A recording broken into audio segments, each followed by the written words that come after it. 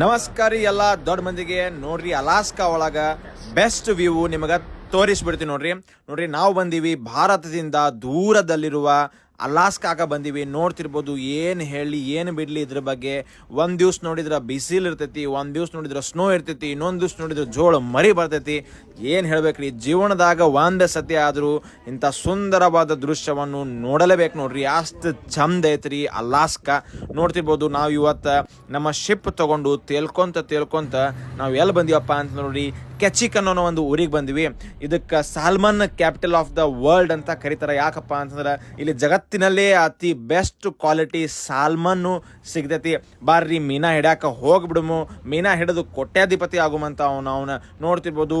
ಈ ಕೆಚಿಕನ್ನು ಯಾವ ಥರ ಐತಿ, ಇಲ್ಲೇ ಒಂದು ಕ್ರೀಕ್ ಸ್ಟ್ರೀಟ್ ಅಂತ ಒಳಗೆ ಕರ್ಕೊಂಬಂದ್ವಿ. ಒಂದಾನೊಂದು ಕಾಲದಾಗ ಇದು ಒಂದು ಫೇಮಸ್ ರೆಡ್ ಲೈಟ್ ಇತ್ರಿ. ಹೆಂಗೈತಿ ನೋಡ್ತಿರ್ಬೋದು. ಆ ವುಡನ್ ಆ ಕಟ್ಟಿಗೆ